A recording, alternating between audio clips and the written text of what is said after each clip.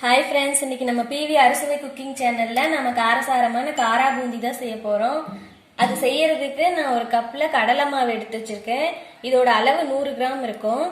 இதை ஒரு பாத்திரத்துல சேர்த்துக்கலாம். இதுலயே அரிசி மாவு 2 ஸ்பூன் எடுத்து வச்சிருக்கேன், அதையும் சேர்த்துக்கலாம். இதுல தேவையான அளவு சமையல் சோடா சேர்த்திருக்கேன். இப்போ இது எல்லாத்தையும் நல்லா கலந்து விட்டுறலாம். எல்லாத்தையும் கலந்தாச்சு. இதுல தேவையான அளவு தண்ணி சேர்த்து கரைச்சிக்கலாம். தண்ணி கம்மியா சேர்த்து கரைங்க. விஸ்க வச்சு நல்லா இந்த அளவுக்கு கலந்து விட்டாச்சு. கொஞ்சம் கூட கட்டி இல்லாம கரைச்சிக்கணும்.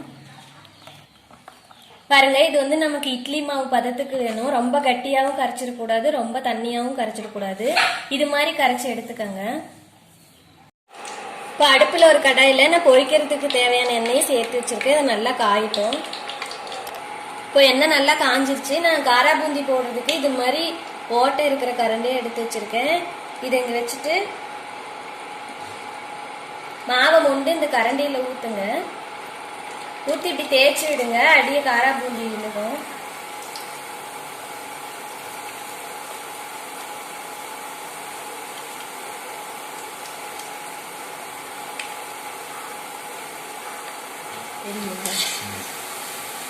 பாருங்க, காரா பூந்தி நல்லா முத்து முத்தா வந்திருக்கு.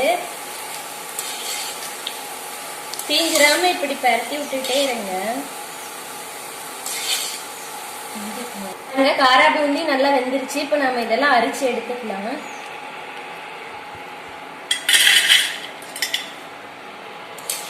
பாருங்க, நம்ம எல்லா காரா பூந்தியும் பொரிச்சு எடுத்தாச்சு.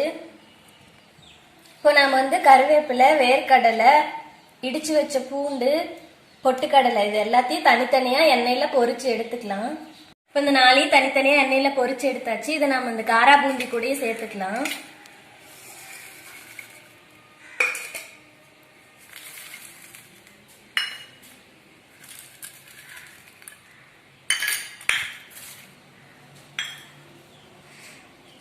இதுக்கு தேவையான உப்பு சேர்த்துக்கலாம். உப்பு கம்மியா சேர்த்துக்காங்க.